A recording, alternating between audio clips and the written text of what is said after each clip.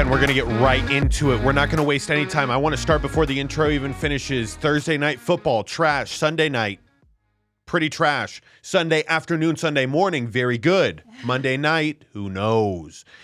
We are about to recap everything that has happened. I am George Carmona, your host for tonight's show. Tonight, engineering the show is the one, the only, Cameron. Can I get a what an intro? What an intro. The intro of the everybody. year. Ooh. People are, they're very excited to see you week in, week out, baby. Week in, week out. Because usually when I suck, they're like, oh, maybe this, maybe the cute girl will say something here that will just keep me into the show. So I don't know. I bore people. Sometimes sometimes if I bore you people, then you can get the fuck out of here, actually. Because this show is quite the opposite of boring. We are recapping NFL Week 10, which was quite a doozy. Plenty of teams making huge leaps and bounds towards potentially making it to the playoffs. There was a huge separation of the masses today. Big separation of the masses. But let's start with some quick trash here. And that trash is the Thursday night football game. Bears 16, Panthers 13. Man, I don't know in what world. They were definitely, when planning this Thursday night game out, they were like, okay, hopefully Bryce Young is doing really well at this point in time. Justin Fields will be electric. This should be a good one. No. Miles Sanders is the main focus of this game that I kind of want to highlight, because Miles Sanders over the offseason got traded from the Philadelphia Eagles to the Carolina Panthers. Now, Miles Sanders had an amazing year last year. He had 259 carries, 1,200 yards, and 11 touchdowns rushing, right? Now, over those 5 seasons that he played with the Eagles, he only made $5.6 million. This year for the Carolina Panthers, he is slated to make $6 million. However, this season, as he's making the most he's ever made in his career, in 1 year, Miles Sanders has 71 carries for 224 yards. So is $6 million worth being on a team where you're actually playing second fiddle and you're having a lot less fun and you're not winning football games? Is it worth it? I don't know. Cameron, I'll ask it to you. Would you rather be doing extremely well at your job, being rewarded? You know, part of being a football player is you get that superstardom, right? Mm-hmm. Now he's getting the bag, $6 million. Remember, he played 5 years for Philly, $5.7 million. 1 year for Carolina, he's getting $6 million. Ooh. What do you think? I take the money. I like the money. Even if you suck? Good. Even if it sucked? So I suck? Well, you're just not getting used as much. I'll take the money. I'll take it. That's actually better for my body, personally. You play less, but I'll stay good. I want to stay good, stay up just in case they need me as a backup, and then they can put me in. But okay. But if I'm getting the amount of money I was in 5 years, in 1 year, that's just a financial decision. At that point. I get you, and Especially right off rip, if I don't even suck. I'm just not getting used as much, so it's not like people are like, oh, this person. He is. I mean, 71 carries for 224 yards, not necessarily the best, like especially at the halfway point of the season. And remember, last year's Miles Sanders was starting to become a household name because of how well he played for the Eagles. So it's a huge, ego deflator. Yeah. That makes sense. Lambo, bro. Lambo. I got a sleep number, like I eat with a personal chef cooking me meals type shit. Wow. Yeah. So, okay. It's good to hear that. It's refreshing. Cause in my head, I was like, no, it's the integrity. You play football in the NFL to be good at football, money or no money. You're doing it for the love of the game. So, yeah. I guess that's easier to say from the fucking couch. That was it that I had from that game. There's no need to cover the rest of like what I think about these two teams. The Bears, I guess the last thing is the Bears needed to win this because they have Carolina's draft pick. So the worse Carolina does, the better draft pick the Bears get. So it was a big game in that scenario. Moving on to what happened in Germany. The letdown of the weekend, these poor German people, this was not a good, accurate representation of what American football is like. Colts 10, Patriots 6. And at least when the game last week, we woke up and we saw Chiefs up 21-0 on the Dolphins. And you're like, this is at least going to be an entertaining second half. No. As a matter of fact, it was so non-entertaining that the only thing that became entertainment from the game was this one clip that I saw on Instagram, and I'm going to have Cameron run this clip now. So this is Bill O'Brien absolutely ripping Mac Jones a new asshole here, while Bill Belichick is just flipping his pages in front. So you can go back, just rewind the video and watch the way that Bill O'Brien's like, gah. Stop changing the damn play. It's kind of what I interpreted as Bill Belichick's just like, Cameron, if you want to run that video just one more time, let's Bill Belichick, he's like, on to the next play. And Mac Jones he looks deflated. It's not being so bad. Mac Jones is just like, I know I'm not doing good. Cameron, actually show your shot right now. Show your shot. Little Tom Brady. Little Tom Brady. Maybe rub little Tom Brady a little bit for a little good Mac Jones luck.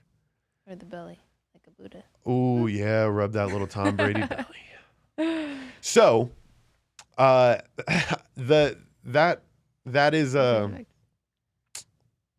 was it. That was the only thing that was entertaining about that game. Bailey Zappi comes in. It wasn't anything. Bailey Zappi? Bailey Zappi is their backup quarterback. What a name. What a name. People are saying it should have been Bailey Zappi from the start this year. They've also played Malik Cunningham sometimes, and it's like, okay. The Patriots, will they fire Bill Belichick will be the question that will be asked until the Patriots start winning games again. Is it over? This is the worst record he's had since 2000. Yeah, okay, but so like, I think people are being a little harsh. Okay, people can be harsh. Cameron, here's the thing. The reason why people are harsh is because we even did the math this morning. The NFL is the most profitable business in the world. It does not have time for losing. But how many championships does he have compared to every other? I get it. He has been in there for a while. So I get it. But here's the thing.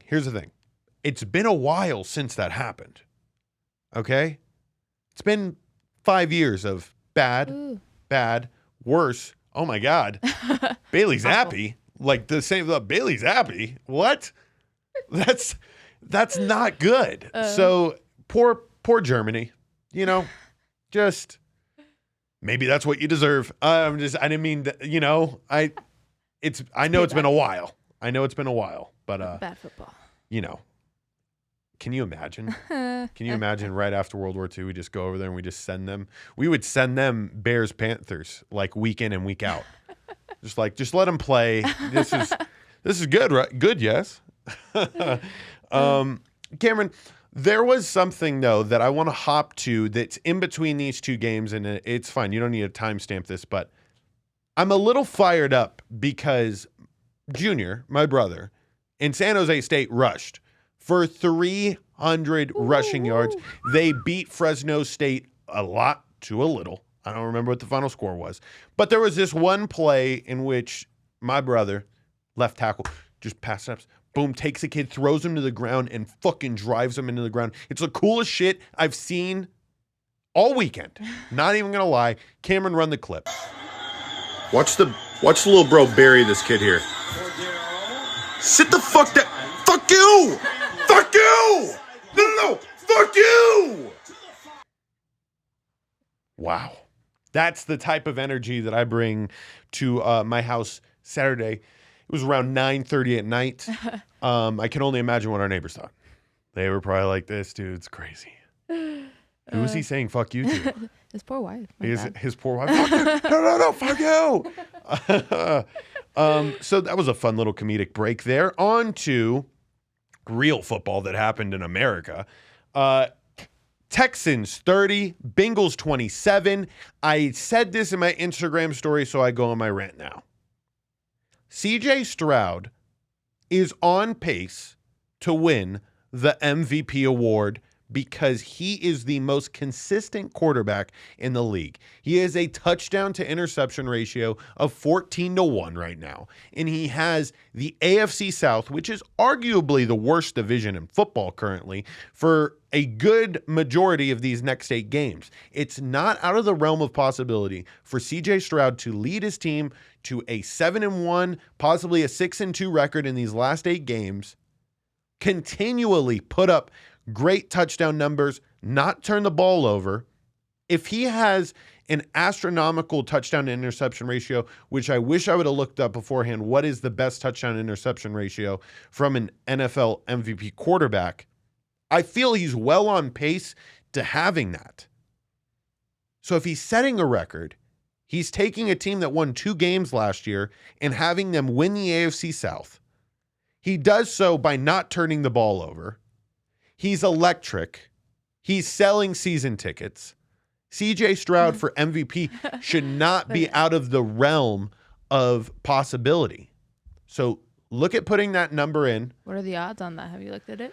They have to wait for this week of games before they reset the odds. So we record these Sunday night, so it probably won't be out till Monday afternoon, I would imagine. I can start to see it, probably Monday morning. I would imagine you're talking 30, 35-1. Ooh. It's not bad. Not bad. And it's very possible. The AFC South is a very bad division, and this team is actually really good. They defeated the Bengals today, which, going back to what we've discussed in the past, Cameron, what do you not want to be on this on the NFL's radar? You don't want to be the talk of the town. Oh yeah. The Bengals were the talk of the town, and it's remained consistent like for a good deal of this year, where the team that everybody is high on going into the weekend drops the game. And Joe Burrow, a person that was highly touted as somebody that can win the MVP award possibly this year, after resurrecting the Bengals, he has a horrible game. Back-to-back interceptions in the fourth quarter. The thing that I wanted to touch on, though, was he still did have a really productive game, and he found Jamar Chase, which lets you know that this offense is humming in a fashion that if they have the ball last, they can win the game. And that there should almost be a metric of how good your team is within the 2-minute drill and how many times you're putting your team into winning positions. The Bengals peg me as a team that can win games even though everything is very close. Although it didn't happen today, they have the ability to do so. Back-to-back interceptions on that fourth quarter drive. Just ruined it, though. I went on a rant about CJ Stroud. He goes 23 for 39, 356 yards, 1 touchdown, 1 interception. So I guess he's had 2 interceptions. He has a 7-1 touchdown interception ratio right now. It's good. That's still good. Very, very good. Good one. I can't believe that stat didn't register. But yeah. On to the next game of the weekend. Steelers 23, Packers 19. Cameron, hit me with the stat here.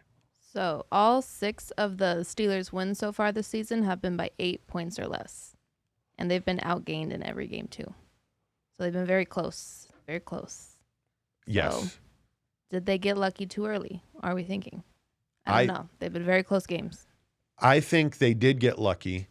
Is there such thing as lucky too early? I don't necessarily think a team can like peg or not. I've been saying peg a lot. Whoa there. Pause. Pegging's on the mind. Fuck. Different words, George. different words. The Steelers are winning a lot of one-possession games. That means that the following year, oftentimes it goes in the opposite direction. The Vikings last year were the team that won a lot of games that were very close. And this year, they are now on a resurrection path with Josh Dobbs that, can they compete for a wild card spot? They now have the tiebreaker over the Saints, but we'll get to that game a little bit later. The Steelers, though, they are so bad. The Steelers were 4 for 13 on third downs today. Like you said, Cameron, they've been outgained in every single game. Their offense has no rhythm, really, but their defense is insane. Damn. So you can't get lucky too early here. The thing is, it's not if the luck runs out. Because here's the thing, that defense is going to continue to do that. So I don't think the defense putting him in that position is necessarily lucky.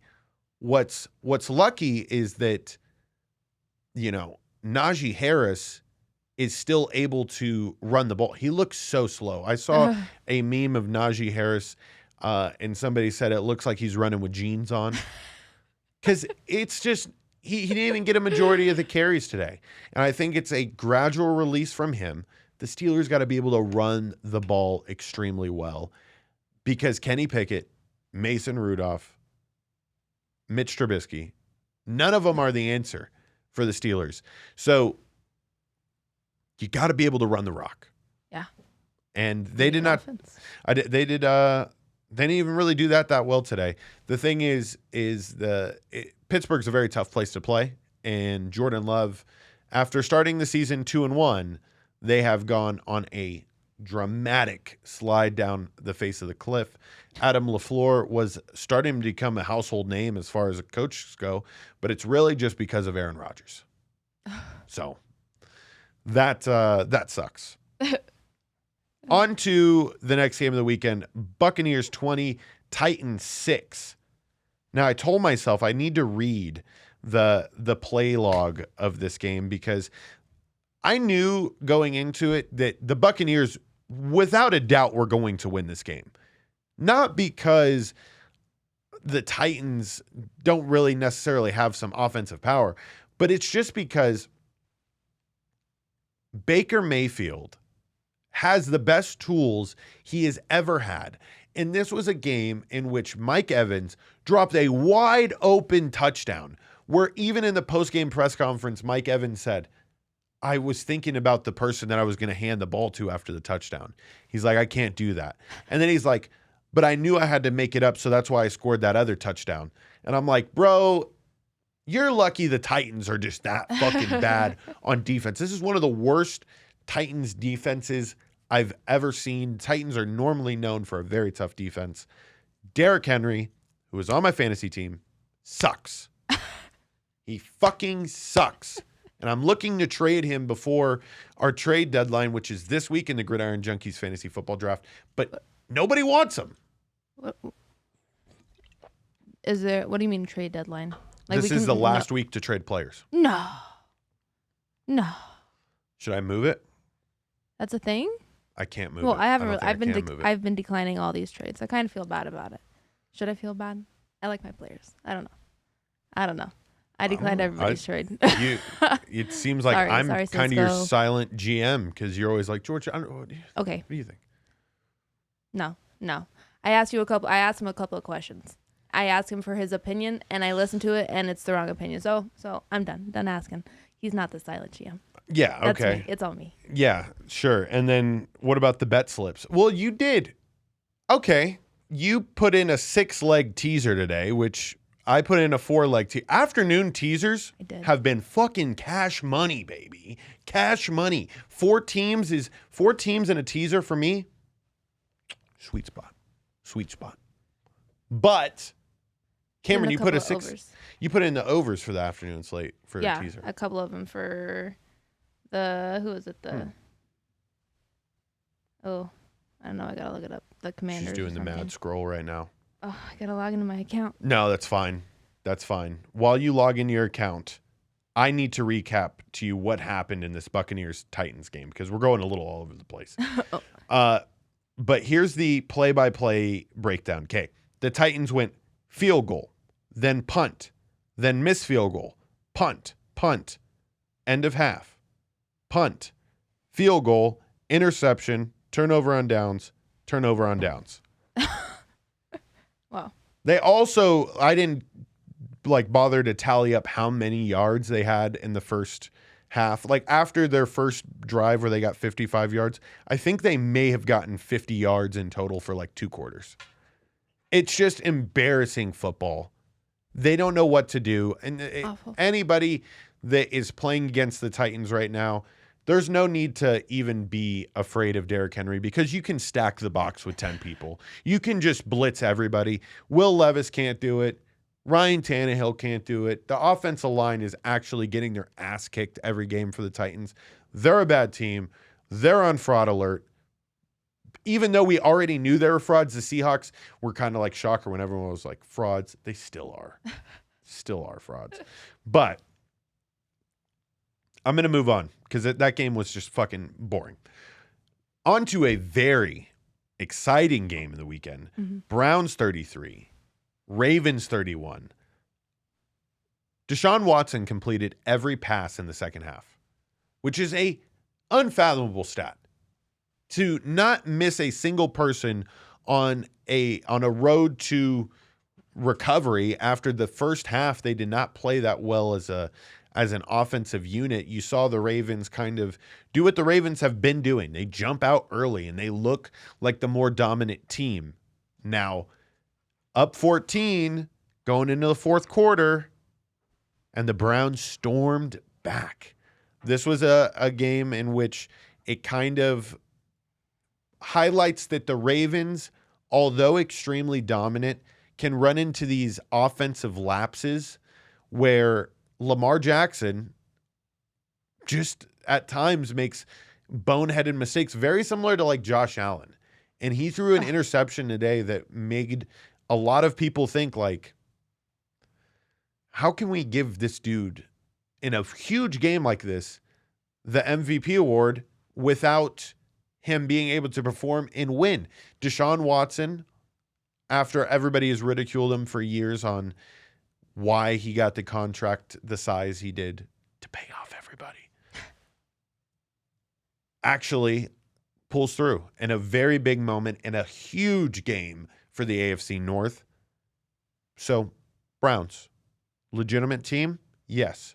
Do they still need to fill that Nick Chubb gap of that is their identity? 100%.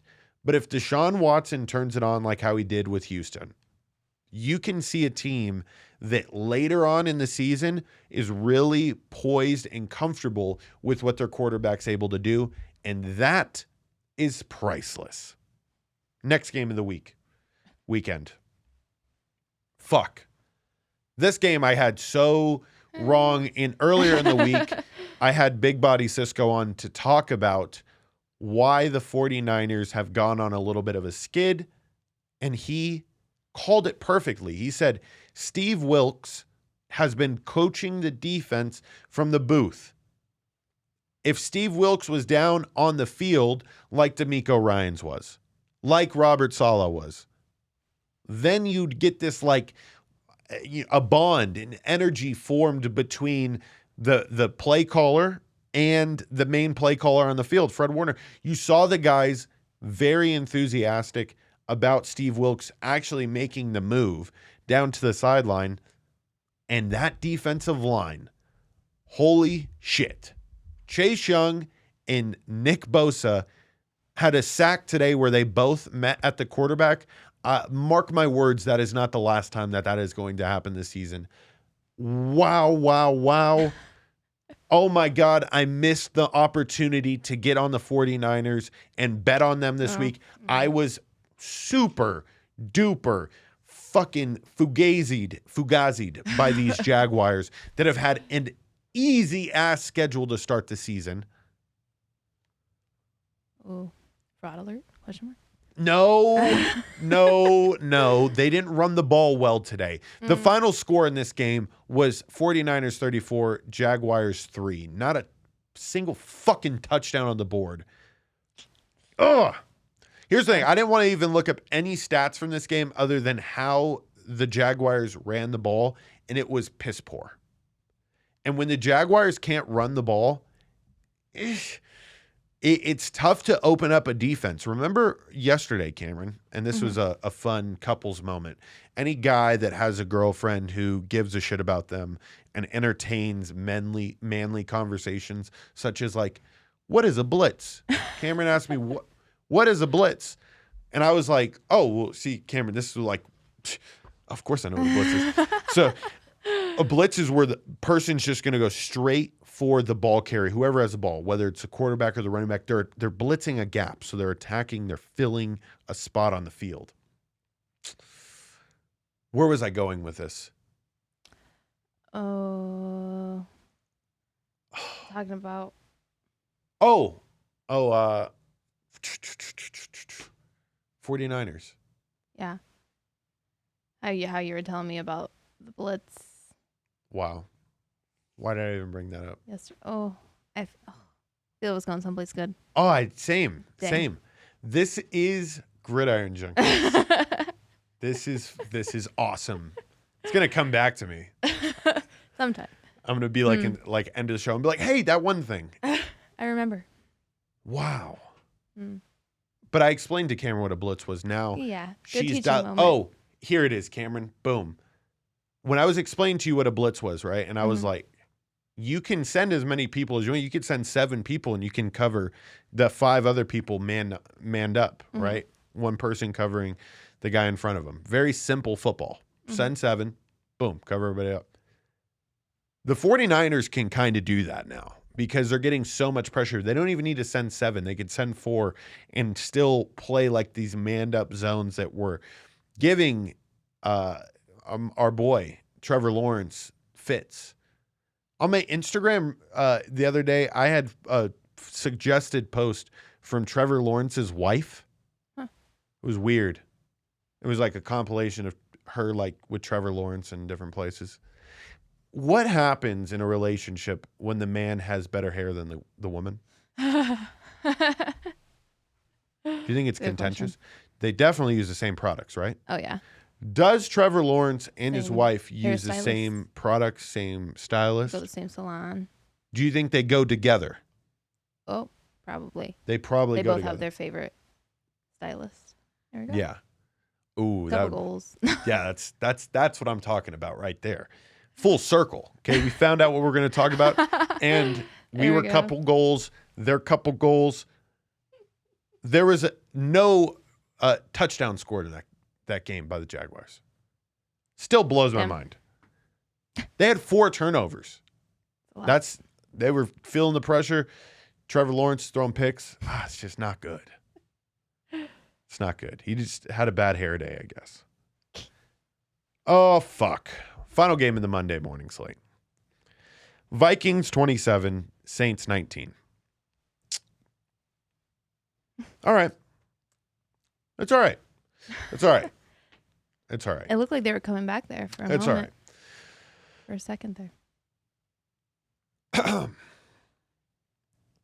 Saints fans, we know that we've wanted this moment since he was traded to our team 5 months ago and he was named the starter of our team. Derek Carr, I don't root for people to get injured, okay? It was a pretty gruesome hit Derek Carr took. He almost got bent in half like a foldable table. The human body is not meant to go like that. He looked like when you're at an Asian restaurant and you're just fucking around with a chopstick and then it just snaps. Derek Carr, for a split second, he did like the half a snap. And he went, oh! And then Saints fans got kind of what they've wanted for a while now. Jameis Winston. He was throwing interceptions, but he threw 2 highlight fucking plays. Jameis Winston is the epitome of gunslinger. He threw 2 touchdowns. He throws 2 interceptions. He is Mr. 30 for 30. He is Mr. half and half. You get some good, you get some bad. Listen, and you just got to hope the good is at the end. But I would way rather, oh my God, the throw Jameis Winston made, throwing it legitimately 47 yards across the field on the goal line in a jump ball situation in which our receiver, I don't even know his name. He's like 5th string receiver. I should know. Is it Trenton Brown? Something. Goes up there, just snags that motherfucker. Jameis Winston threw that ball. Oh, it's so nice to see him perform and play. Some athleticism. Derek Carr, get better at your own pace. What was it? What did he hurt? I would assume everything, Cameron. That fucking hit was gross. He literally got hit at his legs and hit up top at the same time. And he just like, boom. Ow. But for a second, you would just imagine, you just hear a crack. You're like, ah! like the Kirk Cousins from the quarterback. Poor guy. I mean, somewhat poor guy. Because listen, although I've been preaching about Jameis Winston, the reason why the Saints lost this game, Josh Dobbs is way better than Kirk Cousins. Why did the Vikings wait so long with Kirk Cousins when they know that he's not the answer? Josh Dobbs, possibly the greatest trade acquisition in the middle of the season for any team ever in the history of fucking the NFL. If he goes on a run here and he leads the Vikings to a playoff spot after being covering nonstop with the Cardinals, cover, he didn't win a lot of games, gets traded, wins back-to-back games. Let's say he goes on a run here. Damn. Holy shit. What do you think that would mean for Kirk? Do you think they're replacing him? Cameron, great question. Yeah. Oh, yeah. He's such a nice guy. That's okay. He has a lot of money. Kirk Cousins, the city of Minnesota loves you. Okay. You're going to love holding a clipboard. It's just like going to. He'll have all days off. Dude, like literally. Like you think Barnes and Noble is fun. Wait until you're having to like draw it a play and like annotate things. You're going to love it. Kirk, you did it when you played for the Redskins. Back when they were the Redskins. You loved it. That's funny. I still am not finished with my rant here. Josh Dobbs did go off 23 for 34, 268 passing yards, a passing touchdown, a rushing touchdown. He doesn't turn the ball over. He exposed the Saints defense today, literally undressed them without Justin Jefferson in the lineup. Fuck.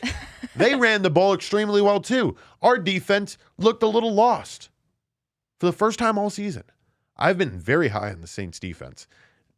After watching this, not so much. Just not so much. I also will finish it off with, we gave Taysom Hill 1 carry today. He had 4 targets at receiver. He's our best offensive player. That's an issue. Of course it is. Although he is our best offensive player, it should be Michael Thomas. It should be Chris Olave. It should be Alvin Kamara. No issue. But, God damn it, guys. When we win games, Taysom Hill is kind of doing everything for us. That's our offensive identity. We need to stick with that identity. Especially when you got Jameis Winston coming back in. You got to feel out. Feeling Jameis Winston out like, okay, he's about to throw an interception. Taysom Hill, come in. You can feel, you can read it. Maybe I need to go down there. I can sense it. I knew when he was going to throw it. That last interception he threw, Cameron, he threw it to 3 people. There was no Saints players near where he threw this ball. He fucking hucked this thing. Chris Olave was wide open. But he was thinking touchdown. That's why I don't blame him. Just wrong players were there. It will start to irk me in a couple of weeks here if we are losing games. I think, though, with Jameis Winston at the helm, Captain Jabo, we will be okay. On to the afternoon slate. Cardinals 25, Falcons 23, Kyler Murray. He's back. Lil K1, the smallest looking quarterback I've ever seen, ever. He looks so miniature back there. Just like a... Is he tiny? Oh, yeah. Yeah, Kyler Murray's not that tall. But Kyler Murray led his team to a victory, which is their second victory of the season. So it's pretty impressive that it's in his debut back. Ooh. Hit me with a stat line.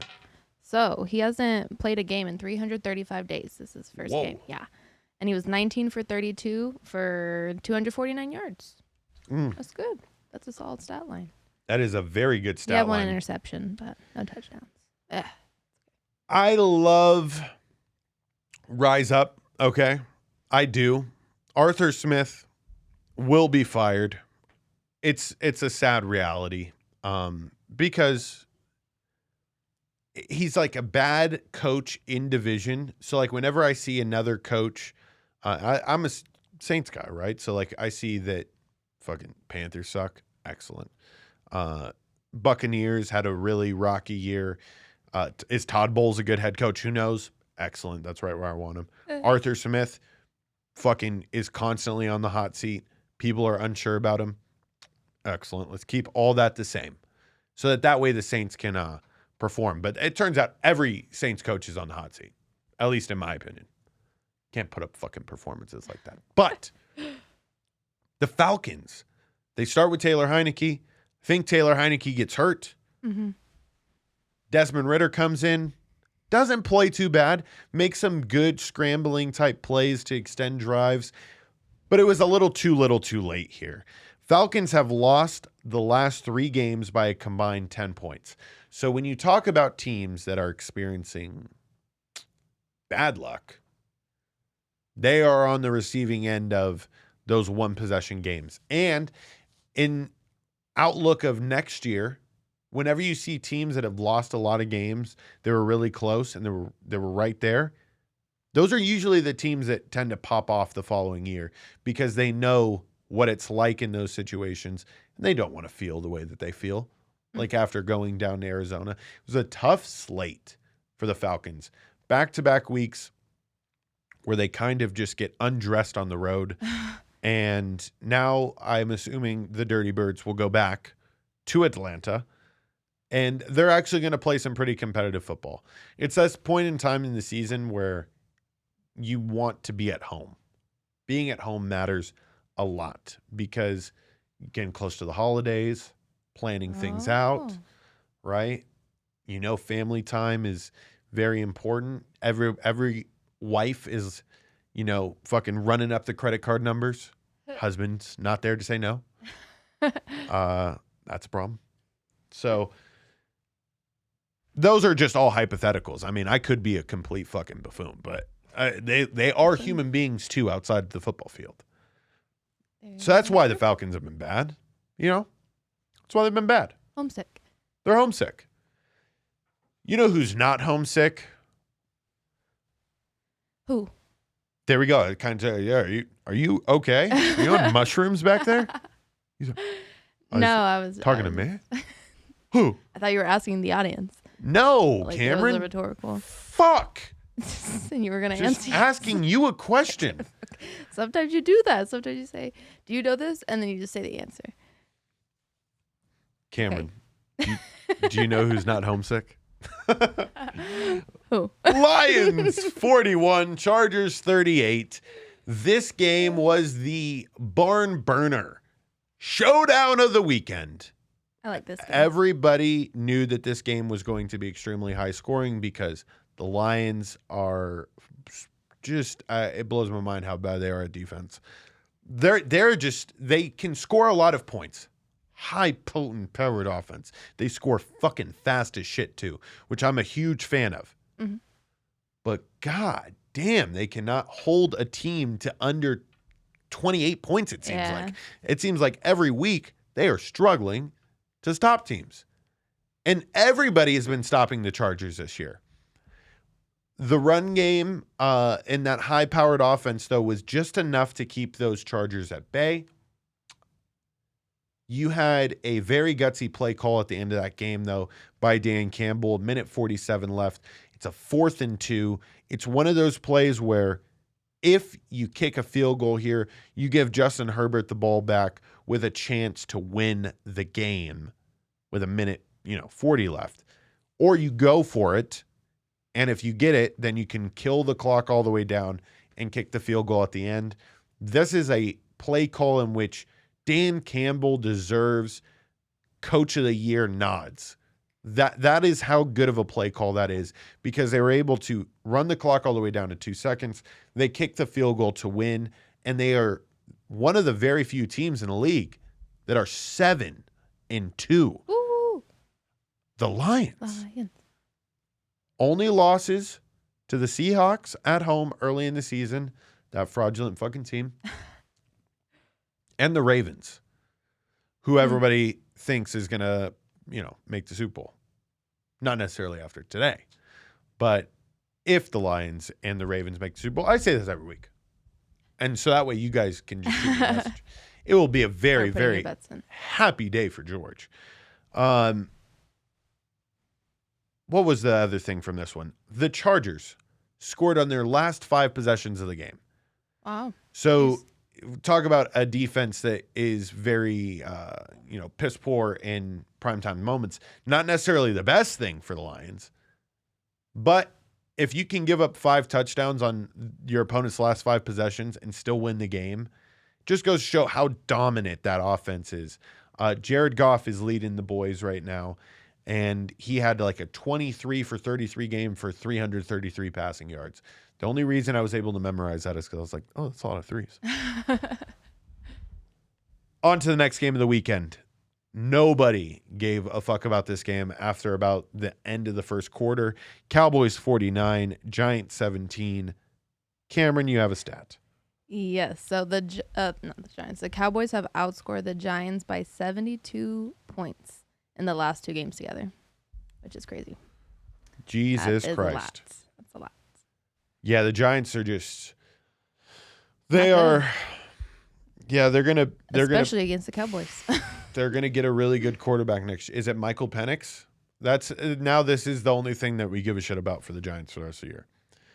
Even though they paid Daniel Jones, they have an opt-out after year 2, I believe.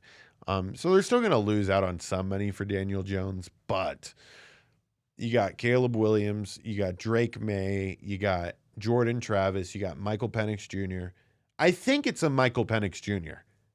I think he's the type of person that can really deal with that New York crowd the best.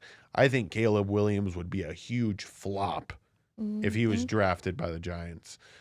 Michael Penix Jr., though, out of all the college quarterbacks that I've seen this year, I'm like... Who does he play for? He plays for Washington. Oh. Yeah. Big lefty. It's something different. It's like Daniel Jones's better prototype. Just because I think he brings like a maturity and confidence level that Daniel Jones just doesn't really have.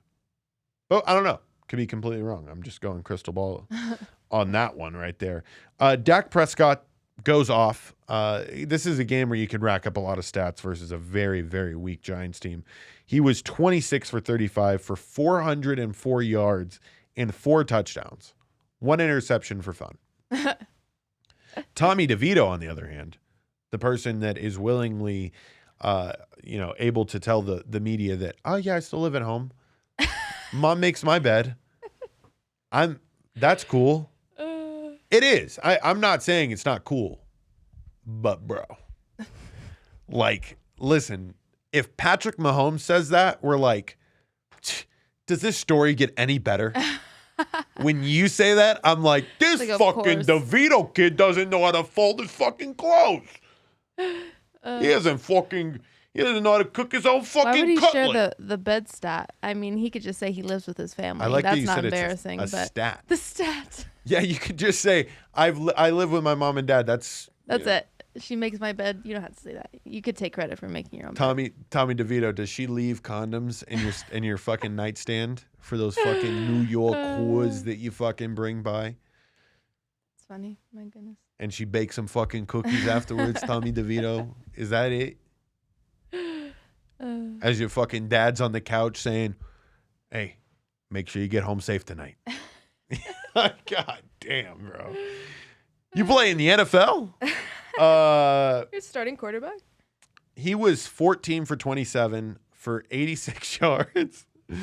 He threw for 2 touchdowns and 1 interception. But I want to highlight that second touchdown that Tommy DeVito threw was after the Giants had like so many attempts like in the goal line, right? And the Cowboys, I shit you not, like just let them score. If you go back and you watch that final touchdown and you watch how like the Cowboys were like, all right, let's just let them have it, you know? It literally does not matter. It was the very last play of the game. So like the dude scores a touchdown that is fucking fuck it. meaningless as fuck, and you could see like he doesn't want to celebrate, but he's like, he like dabbed up the cornerback, and the cornerback was like laughing. He was like, bro, enjoy that one. Enjoy it while you have it. Fucking Seahawks 26, Commanders 19. This game,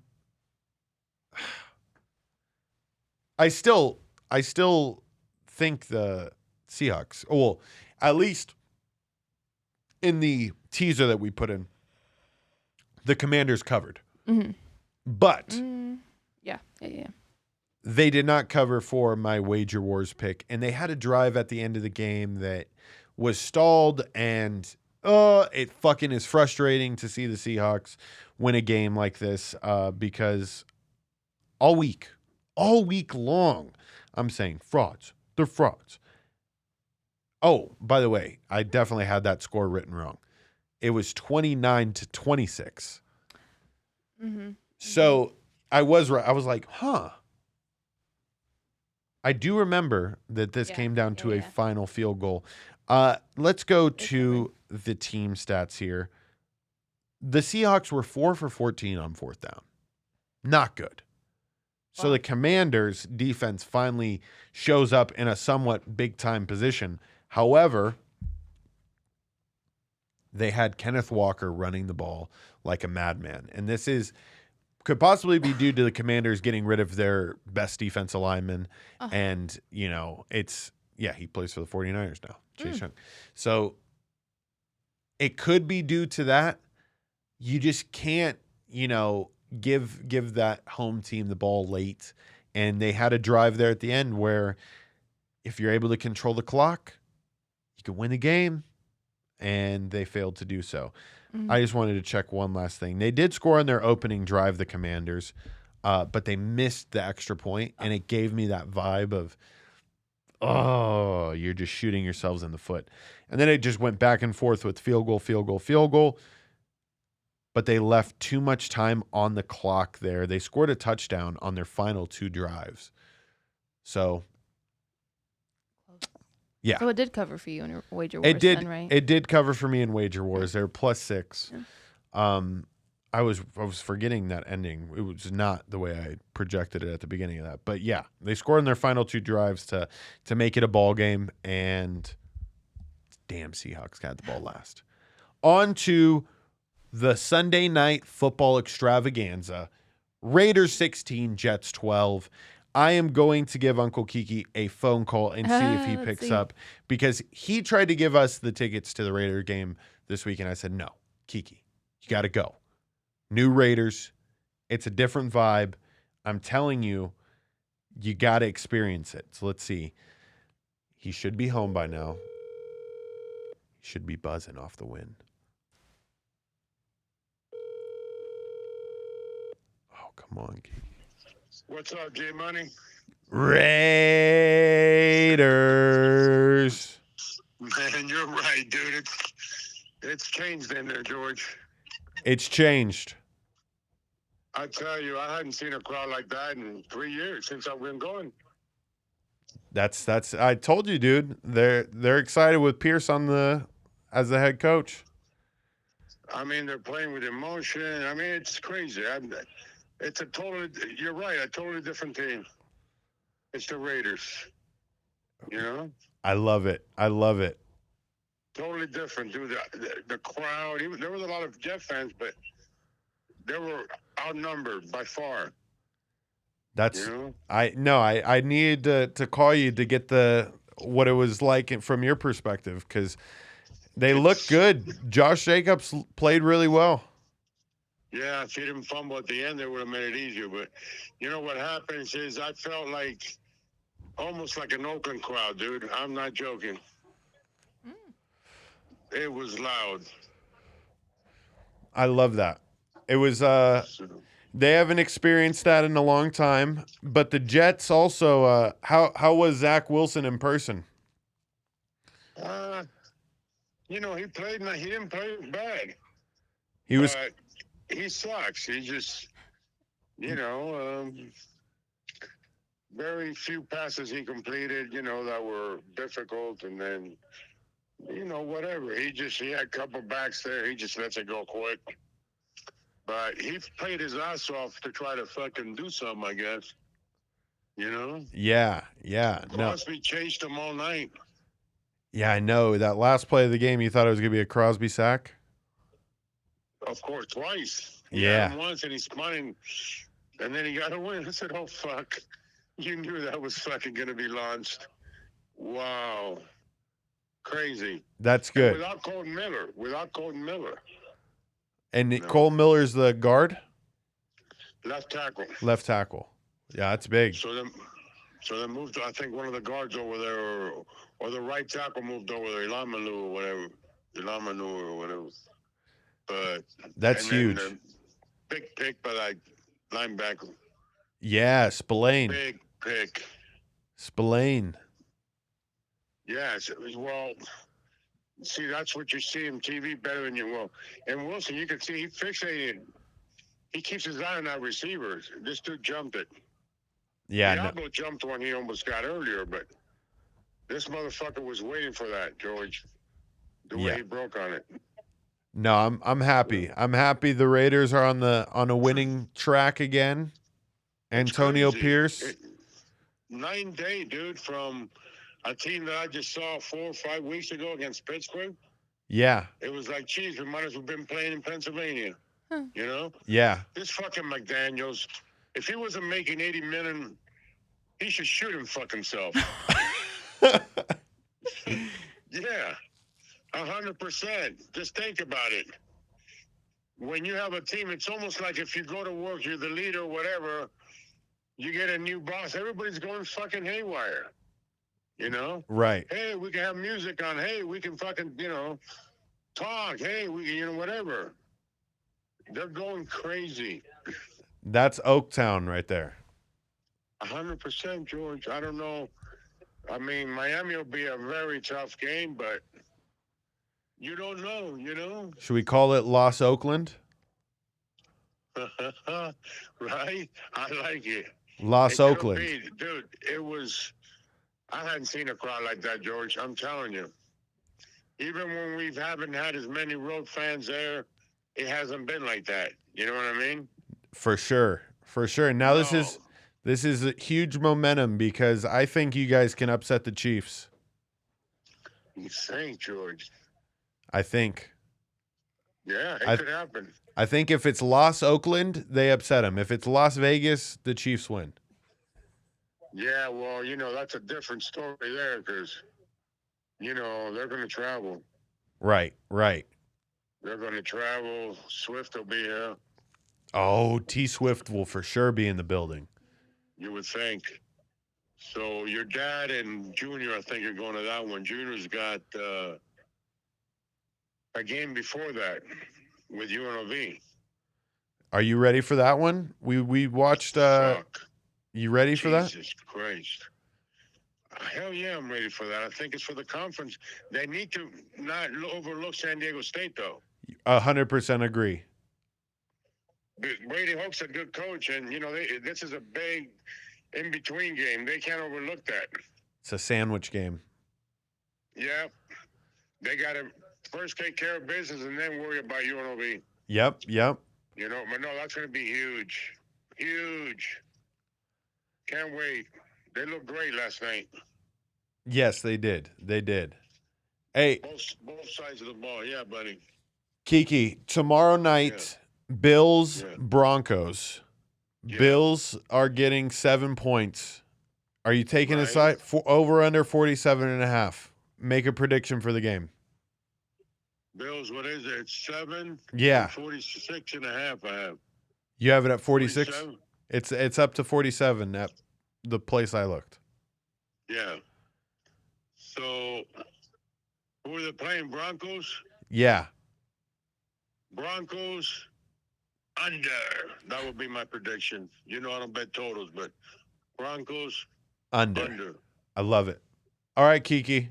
Love you, man. How's Cam? Everybody good? Cameron's doing good. She's Good. engineering the show right now. Oh, right on. All right. Already said she'll see you Tuesday. Okay. I love you. Love you, G-Money. Love you, love you. Bye-bye. Raiders. That is the best recap that you can get from the Raiders-Jets game right there. I couldn't have done it better myself. Oh my gosh. I am so excited that my Sunday afternoon teasers have hit 3 weeks in a row. Woo. I have lost a lot of bets in between there, though. But I am loving a 4-team teaser. I think that is kind of my sweet spot right now. I want to start doing these a little more strategically with the morning and the afternoon slate and only limiting it to 4. With the morning slate, I get fucked often by teams that I'm just in between on, and I need to stop doing that. Cameron, you have been doing extremely well sports betting wise, too. Yeah, kind of. I got today, like you. I got last week, and then I got this afternoon slate this week with a 6-team teaser. But then I lost a lot of bets in between. I was down to my last $20 in my account. I was down to my. And I put all that on the parlay, and it hit. It hit. So I live to bet another day. I with love my that. current funds. I love that. There you go. And that is all she wrote from NFL Week 10. We love that you guys watch this episode. We're starting to increase viewership more and more throughout the weeks, and eventually we will be reaching the masses of thousands. Woo. And thousands across the country. Yeah. All that being said, this is all due to the Podcast Junkies Network, recorded here at Sticky Paw Studios. You're going to see that stinger run at the end. Make sure you follow all Podcast Junkies shows. That being said, Gridiron Junkies is the show that you're currently watching. Follow that on all social media platforms. Cameron, you can follow her on all social media platforms as well at Cameron Lee. There I am. Cameron Lee 97. Woo. Boom. That's that. Next week, NFL Week 11. See you then.